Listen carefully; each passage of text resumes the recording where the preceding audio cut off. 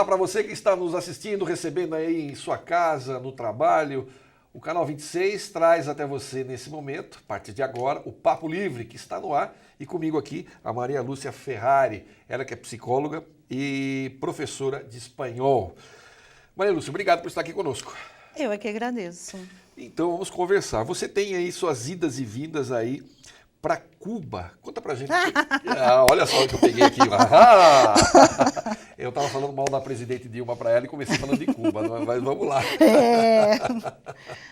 Cuba é especial. A minha ida para Cuba foi um acaso. Né? Eu tinha feito um trabalho interessante e fui convidada para apresentá-lo lá. E a partir daí não parei mais de ter contato com os cubanos. Eles são muito adiantados na área da educação e particularmente na área da inclusão. Tá. Eu tenho uma filha especial e sempre tive dificuldades em encontrar escola. Né? Até hoje isso é uma dificuldade. Né? Escolas inclusivas são pouquíssimas. Então foi por isso que eu cheguei lá. Mas Cuba é um país maravilhoso. Eu também acho. Cuba tem muito a ensinar para o mundo inteiro, né? Tem coisas boas e coisas ruins, como todo mundo, mas as coisas boas são realmente boas demais. Ninguém consegue ficar indiferente a Cuba. Não odeia, ama, defende, de qualquer forma ninguém é indiferente. Eu acho que, bom, não vamos entrar no mérito político, mas em termos de saúde e educação, eu acho que Cuba é um grande exemplo para o resto do planeta. Sem dúvida. Quando você vai, vê, entende, estuda sobre isso, sem dúvida nenhuma. Conta pra gente essa história da inclusão. Como é que você começou a se dedicar a isso? Você já disse que tem uma filha especial. Como é que você começou a se identificar com essa questão tão problemática e preconceituosa?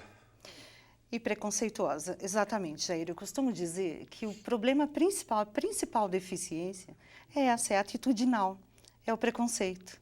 É com que olhos você enxerga o outro. Como é que você vê a outra pessoa? É diferente ou é deficiente? Nós temos, assim, o hábito de ver só o que falta no outro e não o que o outro tem. Essa é a diferença da parte clínica e da parte pedagógica. Na clínica, nós recebemos um paciente e vemos o que falta para ele. Já na educação, você recebe o aluno e vê o que ele tem e, a partir daí, começar. Né? Inclusão é exatamente isso, é não exclusão. Quando tem alguém de fora ou uma parte desse alguém de fora, já é excludente. Né? Não há como não ter preconceito. Em maior ou maior grau, todos nós temos. Não há possibilidade. De alguma forma sempre tem. De alguma forma sempre temos. Eu me preparei para ser uma psicóloga clínica, mas tive uma filha, minha única filha, ela tem uma microcefalia bem severa, né? Uma cabeça bem pequena, é muito perceptível isso. Prognóstico muito difícil, muito duro, já me fez sofrer muito tempo, que não ia andar, não ia falar, e com 12 anos, talvez fosse o limite. Mas ela vai fazer 26. Ela anda, fala, dança, é maravilhosa, é um presente. Que legal. Né? E ela tem aquele slogan, mamãe, minha vida é uma festa.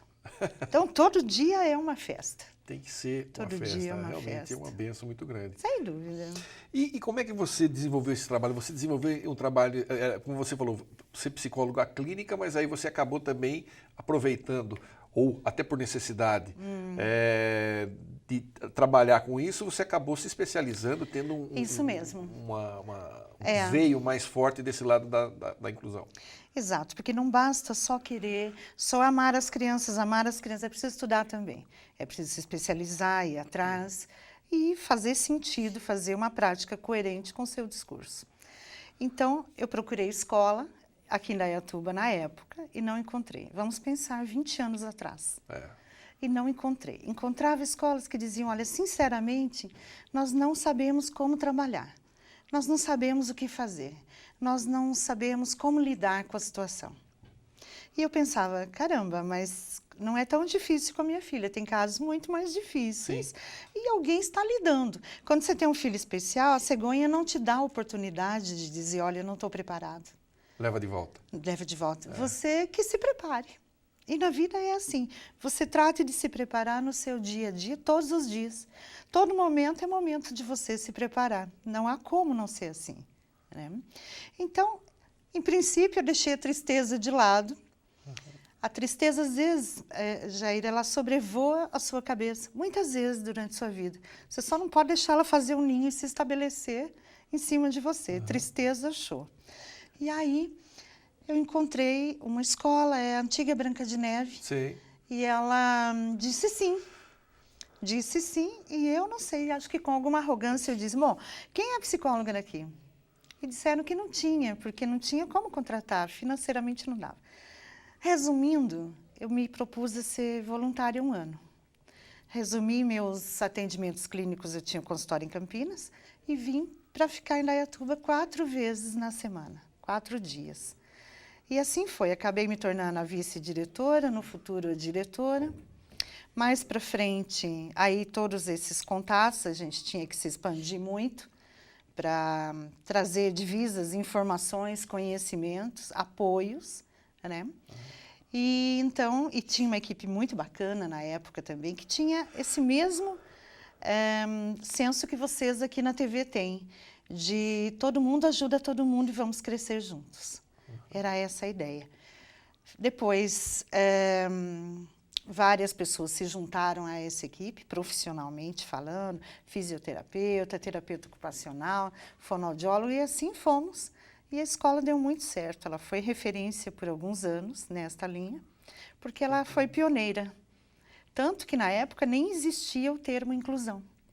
O termo ainda era outro. E nosso primeiro trabalho nem tinha esse nome, né? A primeira publicação. Os cubanos se interessaram bastante. Que legal. Né?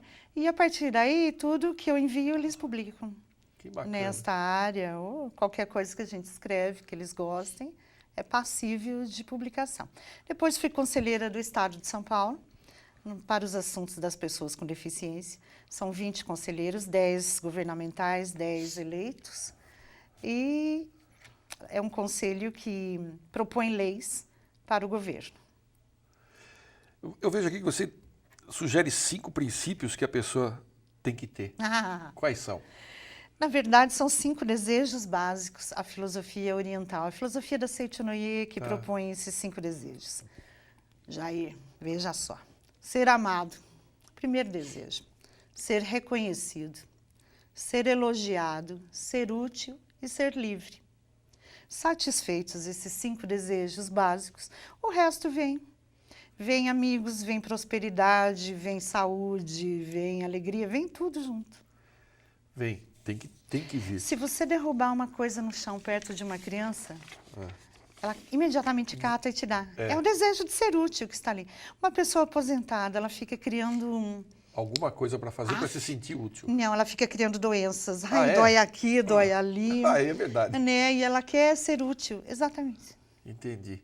Ela fica criando situações para isso. Porque não está útil. Ela deseja ser útil. E precisa, né? Não é? É bem interessante. Agora me diz uma coisa. Como é que você avalia essa questão do Brasil, nesses 20 anos que você tem acompanhado, a questão da inclusão do país? Do ponto de vista, começando dos órgãos governamentais. Sim, sim. Em princípio, eu sentia que faltava muita, como se diz, vontade política. Mas hoje eu não vejo desta forma mais. Eu acho que a sociedade se mobilizou. Se você sair pelo centro da cidade, até mesmo fora do centro, você vê muita calçada rebaixada. Sim. Não é suficiente, né? Porque ainda há pequenos degraus que para uma cadeira de rodas não é fácil. Você vê portas do banco, tem porta para um cadeirante, mas ela está sempre trancada.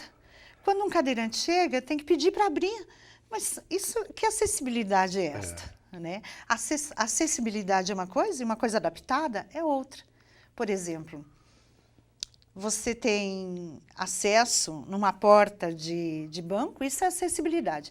A adaptação é a pessoa põe um fogão mais baixo para uma pessoa baixinha cozinhar. Você tem que ter um mundo aberto para que todos possam ir. Será que lá no estádio, lá no Itaquerão, se você for com seu amigo cadeirante, você pode ficar ao lado dele ou ele vai ter que ficar numa ala especial? Ele tem acesso a todo o estádio ou não? as pessoas começaram a pensar nisso. Por quê? A própria ONU começou a pressionar em cima disso, os países, a tomar atitudes e facilitar a vida dessas pessoas. Porque isso foi um assunto, tendência mundial. Né? Então, nos últimos 20 anos, a coisa melhorou bastante. Está muito longe de ser o ideal, mas já caminhou. A gente tem que ser otimista. Tem que ser otimista. O Brasil hoje, eu entendo que é um país que promete, mas ao mesmo tempo a sociedade cobra muito e dá muito pouco. Eu entendo que a sociedade ela está muito acomodada, mesmo vamos chamar de aquela faixa mais abastada ou mais intelectualizada, eu vejo que ela teoriza muito e muito pouco se dispõe a fazer. Haja vista o ano passado, aquela mobilização fantástica que o país inteiro fez por causa de problemas pontuais, até hoje não resolveu, mas nós tivemos uma Copa do Mundo, quer dizer, é a máxima romana, pão e circo. Exatamente. Mas olha, às vezes fica difícil também quando eu penso da seguinte forma. Às vezes é preciso pensar no micro também. Como é possível você exigir grandes coisas do seu país ou da sua gente, se você dentro de casa às vezes esconde seu filho especial? Eu conheço um caso aqui, agora é hora da fofoca. Eu conheço um caso... Opa, vamos tricotar. Então, venho aqui para frente. Eu conheço um caso aqui em Indaiatuba, uma família bem abastada, e que tem um filho ou filha especial, e que cada vez que toca a campainha, este filho ou filha tem que correr lá para o fundo para não aparecer. Olha isso. Inclusive, esta pessoa que é especial tem pavor de campainha tocando. Com razão. É um trauma. É um trauma. Tem que correr para o fundo da casa. Então, como é que pode exigir coisas dos órgãos ou do governo, ou seja lá de quem for, se você dentro de casa tem atitudes assim? Você vai a um shopping, quantos filhos especiais estão passeando por lá? Quase nenhum. Quase nenhum. Mas eles existem. A PAI está cheia deles. Minha filha está na PAI. A PAI tem um monte, mas onde estão? Gente, estou conversando aqui com a Maria Lúcia, ela que é a Maria Lúcia Ferrari, que é professora, psicóloga, professora de espanhol. Eu vou fazer um rápido intervalo, volto daqui a pouquinho, a gente continua tricotando aqui sobre inclusão. Não saia daí, eu volto já já.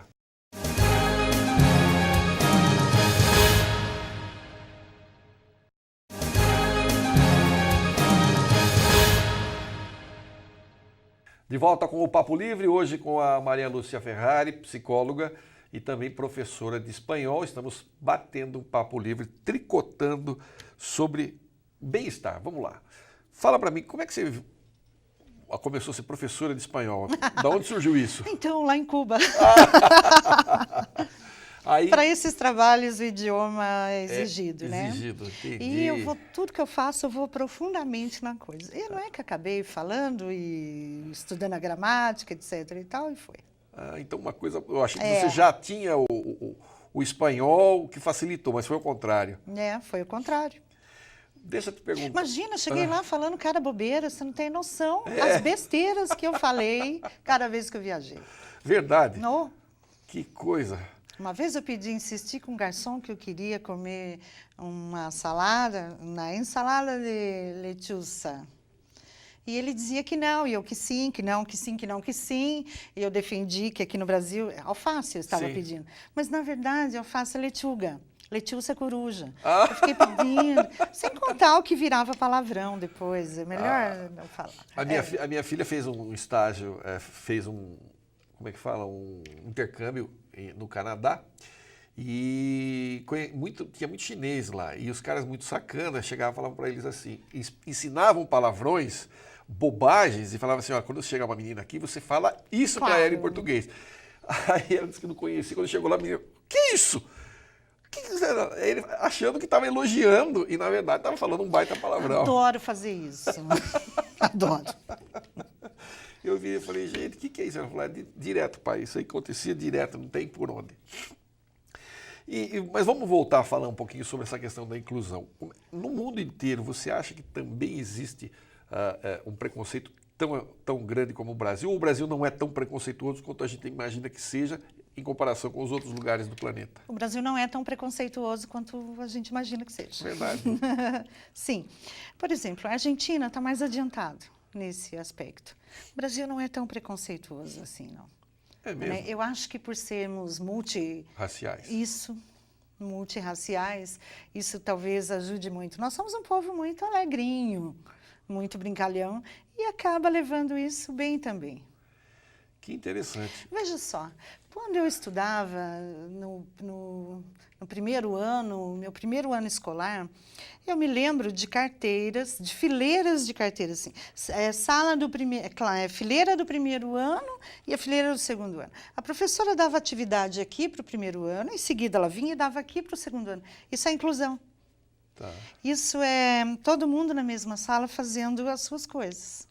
É fácil, não é difícil. Eu costumo dizer assim, na sala de aula não estão os doutores, estão os professores recém-formados. Quando eu queria entender o que acontece com a formação dos professores, eu fui dar aula no magistério. Na época era o Dom José. Eu fui ser professora no magistério para entender que raio de formação tinha, porque nenhuma escola ensina assim, olha, você só vai lecionar para a elite, você só vai trabalhar para a elite intelectual, ao contrário. E o que acontece que na prática é tão difícil assim? Eu tenho medo, eu não estou preparado para isso. Olha, eu convivo muito com isso. A minha mulher é professora da Faculdade de Educação da Unicamp e lá é onde se formam professores, pedagogia e tal. E é muito interessante quando ela pede, e ela também é professora de estágio, ela pede para os alunos fazerem os estágios, ela faz a supervisão, ela vai na escola saber se eles estão lá, como é que não é. E o resultado disso é muito interessante, porque cada um tem uma percepção diferenciada. E são escolas públicas, na grande maioria, eu acho que se não todos, são exercícios feitos em escola pública. E o que trazem dessa experiência é muito interessante, extremamente diversificado. Como é que as pessoas trabalham isso? Tem umas patricinhas lá, por exemplo, que tem um olhar extremamente preconceituoso. Tipo assim, eu só vou dar aula para rico. Não quero me misturar com esse povo aqui. E tem muita gente que vai lá e fala, gente, é isso que eu quero tirar esse pessoal daqui. Toda a minha vida é isso que eu quis, né? Eu quero ajudar, essas pessoas precisam de mim. Talvez quem pague não precise tanto quanto essas pessoas aqui. Então, ser útil. Isso é a história do ser humano. Nossa, é muito interessante.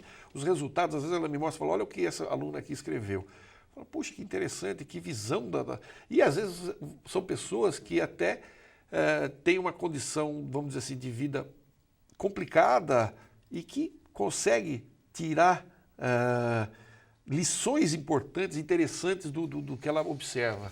Exatamente. Tirar lições do que você vai vivendo. Há pessoas que envelhecem sem tirar lição nenhuma. Elas vão repetindo os mesmos erros, as mesmas situações.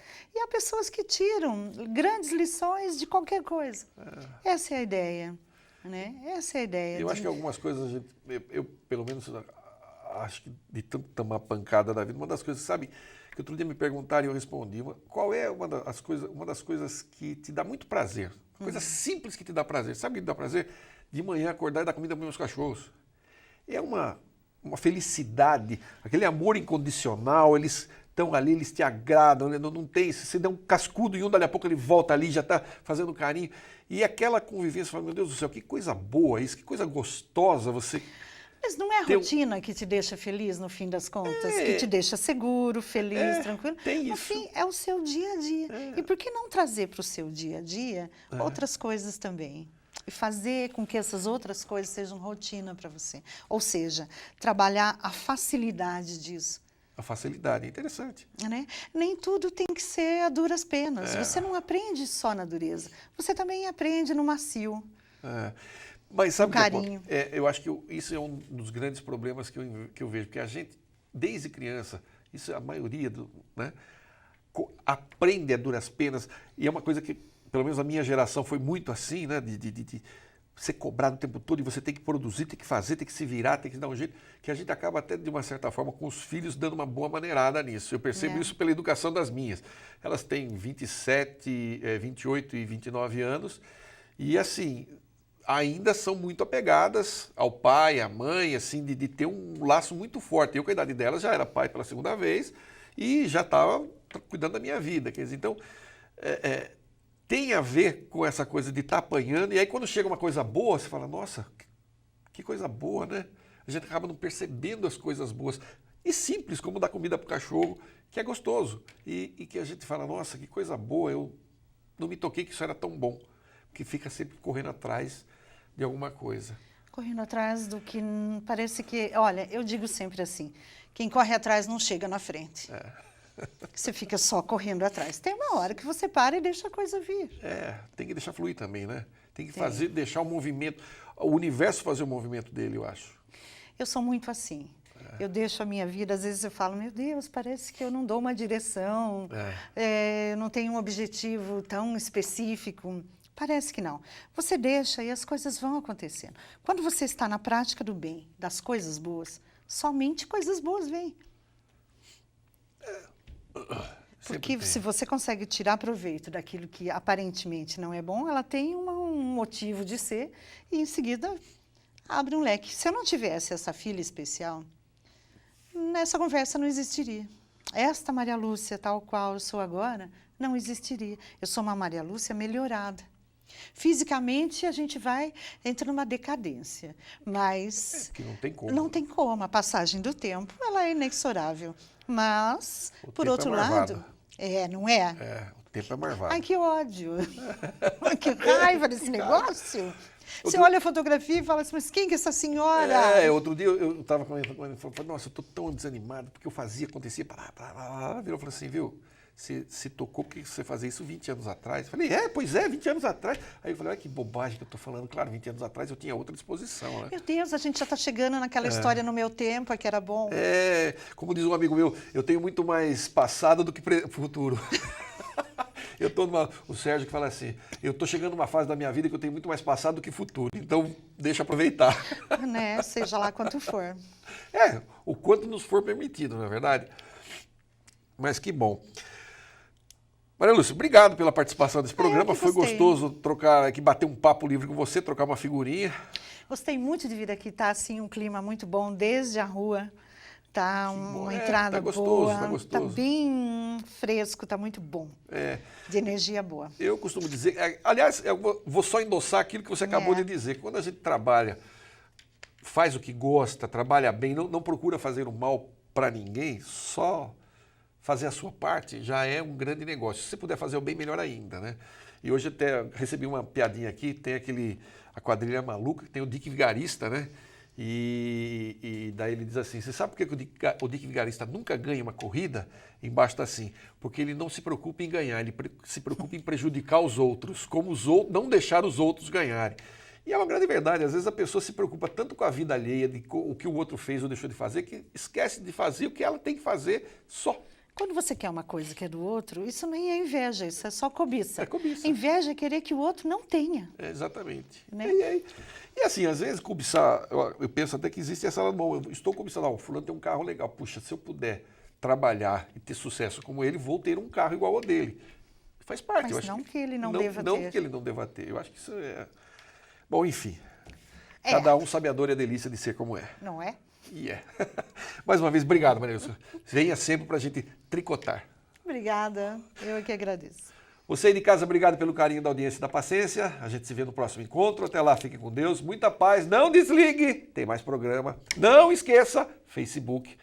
Curta a nossa página lá. Não esqueça, você pode assistir o nosso programa pela internet através do YouTube. Tchau.